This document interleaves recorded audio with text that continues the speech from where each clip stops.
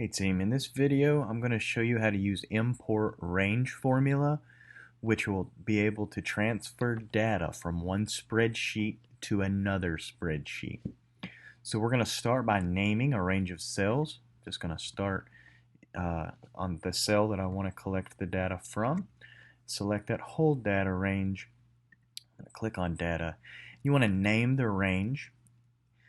I've already named this range. It's important that when you name the range that you leave it as one word and you don't put a space, because Google will not recognize that and it'll tell you it's wrong. So once you've named the page, you're going to copy, which is Command C or Control C, depending if you're using a PC or a Mac, and you're going to copy that whole URL. Google Sheets uses URLs.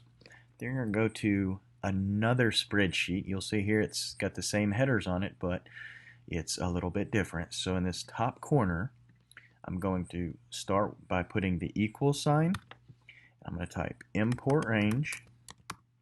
And you see here it's already got a little bit of, it kind of coaches you along. And you're going to Control V or Command V that URL.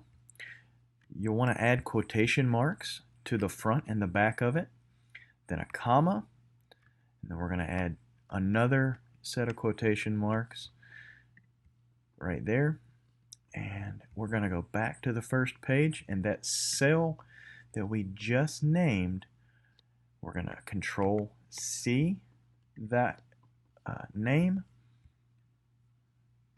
click on sample sheet 2, and you see in between these two quotation marks, that's where we're gonna, let's get rid of that, that's where we're gonna paste that name, that sheet's name. And what that's gonna do when I hit return, it's gonna give me a reference that says I need to connect these sheets and you'll need to allow access. So go ahead and click allow access, and when you do, you'll notice everything transferred over. So one thing you'll see is all these falses. Well, that's because on this sheet they're check marks. You got to realize Google translates that as true or false. So all you got to do is highlight it, insert a checkbox, and there you go. Sometimes it doesn't lay out properly. That's an easy enough fix. Just go up here and adjust your parameters, and it all lays out just fine. Now, the cool thing about that is, you remember I told you we tied these two sheets, so sample sheet 2 and sample sheet 1. Well, any edit I make in sample sheet 1 will change over in between these cells to sample sheet 2. I'll show you what I mean. I'm going to click a few of these random check marks, and oh, you know what?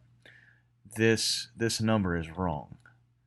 So I'm just gonna change those numbers. There we go. Now that's what it's supposed to look like, okay? So now when I go back into sample sheet 2, the check boxes will automatically update, and these numbers will change because I've changed them in this master file, if you will, because that spreadsheet's getting its data from what happens over here. So let's take a look at sample sheet 2 and see what happened. Sure enough, I'm in sample sheet 2 and it's the exact same. The numbers are the same. The only thing when you import range is you cannot edit from the duplicated file.